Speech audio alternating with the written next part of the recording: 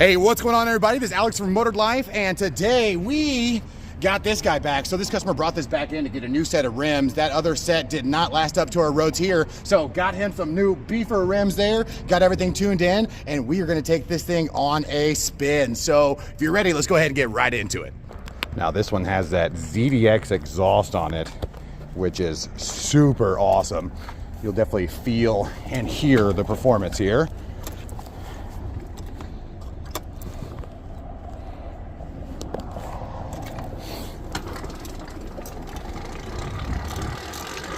Hopefully she'll fire up.